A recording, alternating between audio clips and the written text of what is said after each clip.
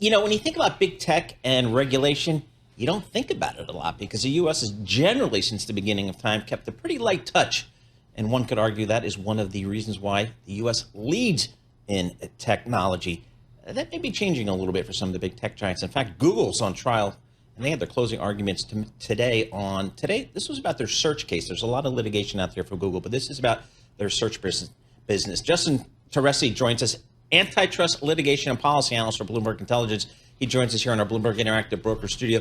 Justin, talk to us about this particular case and where are we with this case today? Sure. So you're right. No shortage of litigation right now from an antitrust perspective facing Google. But in this case right here, today is the closing argument in the remedies phase of the litigation. So we already had a liability finding against Google last summer regarding its search and how it operates, maintaining a monopoly in search.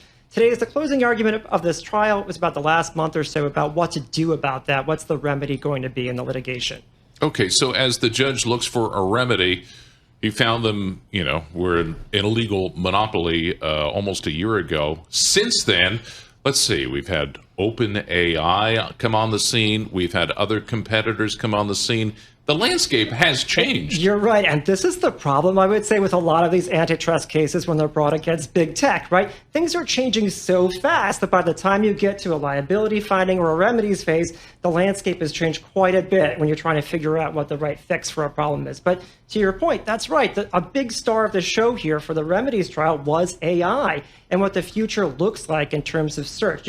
Just last month, we saw ChatGPT kind of launch this shopping, function on ChatGPT that'll obviously compete with Google now. So to your point, things are really changing really quickly. Search as we know it probably won't look the same a decade from now, whether or not this case was actually brought.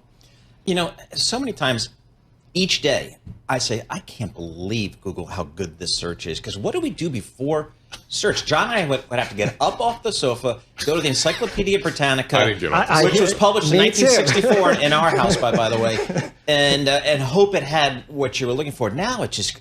And if I get an electronic device with, Bing on it, the first thing I do is eliminate that and go to Google. Exactly. So, no user anywhere in the world has a problem with Google, I don't think.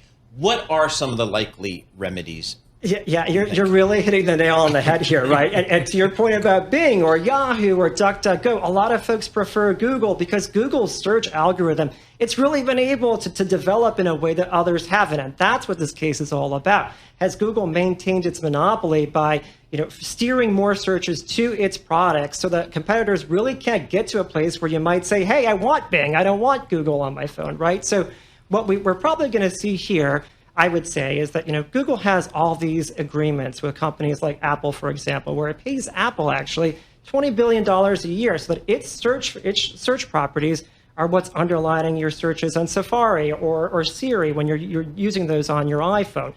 Those probably go away. That's a likely remedy that we see here, is that to kind of fund that exclusivity.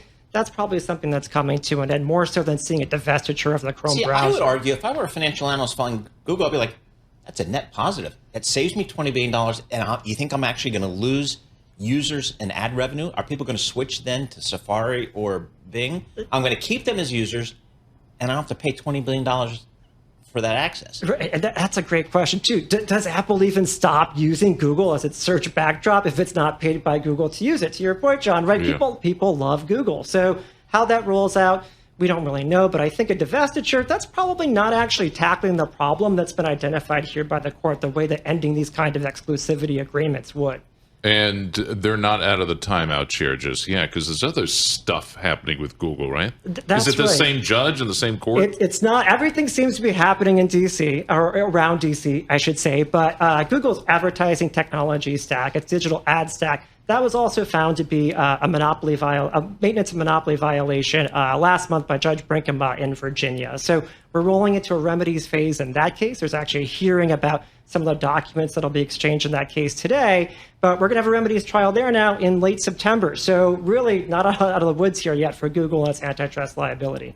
So going forward, what do big tech, are they is this the new normal now, this type of regulatory review of the Amazons, the Googles, the Microsofts of the world? Because again, I grew up in a time where the last 30, 40 years, all you had to worry about was Europe, right, the European right. Union. And all that we learned from Microsoft 30, 40 years ago, just write a check and they go away. And that's still the case today.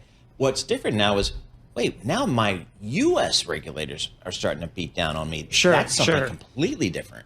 Yeah, and I think a big question here remains to be seen. And it's kind of like, what are regulators looking for? What is the ultimate goal here that antitrust enforcers have, right? Because same thing with the Meta trial that also just concluded in D.C. Not the strongest case, frankly, by the FTC, I think, the last few weeks as that's rolled out. So if the end game isn't looking like it's going to bring these large-scale kind of antitrust changes to these companies that regulators are looking for, perhaps we're looking at a situation where Congress actually has to step in and act here if that's really the solution to what we've said is some kind of societal problem. Whether or not it is, that's a bigger question that goes beyond our time together today. I thought this administration was supposed to be regulation light.